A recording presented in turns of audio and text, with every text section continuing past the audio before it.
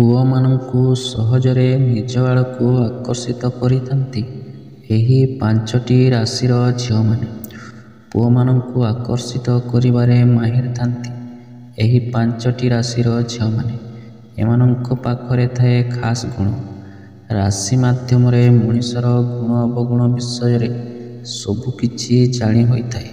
ପ୍ରତିଦିନ ରାଶିଫଳରୁ ଏହା ସୂଚନା ମିଳିଥାଏ କି ମଣିଷ ଜୀବନରେ କିଛି ଅଲଗା ହେବ ବୋଲି, ଯାହାଦ୍ୱାରା ଆପଣ ପୂରାପୂରି ସତର୍କ ରହିବେ। ଏମିତି ରାଶି ମାଧ୍ୟମରେ ମଣିଷର ବ୍ୟକ୍ତିତ୍ୱ ବିଷୟରେ ମଧ୍ୟ ଜାଣି ହୋଇଥାଏ।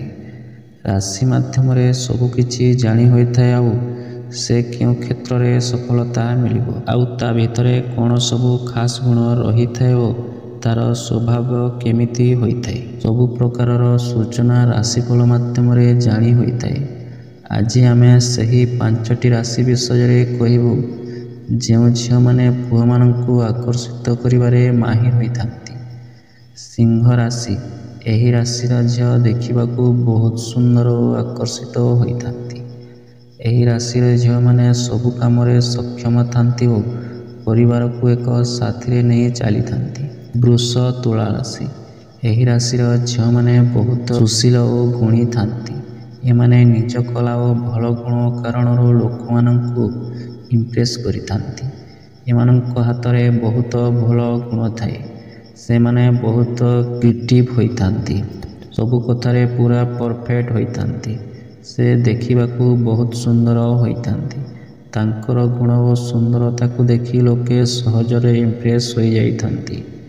ଏହି ରାଶିର ଝିଅମାନେ ଦିମାଗରେ ବହୁତ ତେଜ ହୋଇଥାନ୍ତି। ସେ ଘରେ ହେଉ ବା ଅଫିସ୍ ସମସ୍ତଙ୍କ ସହିତ ବହୁତ ଭଲରେ ଡିଲ୍ କରିଥାନ୍ତି। ସେମାନଙ୍କ ବ୍ୟବହାର ସମସ୍ତଙ୍କୁ ଇମ୍ପ୍ରେସ୍ କରିଥାନ୍ତି। ତାଙ୍କର କଥାବାର୍ତ୍ତାର ଶୈଳୀ ବହୁତ ସୁନ୍ଦର ହୋଇଥାଏ। କୁହାଯାଏ କି ଏହି ରାଶିର ଜାତକଙ୍କ ଆଖି ବହୁତ ସୁନ୍ଦର ହୋଇଥାଏ। ଏହା ସହିତ ସେ ବହୁତ ଧନୀ ବ୍ୟକ୍ତିତ୍ୱର ମଧ୍ୟ ହୋଇଥାନ୍ତି।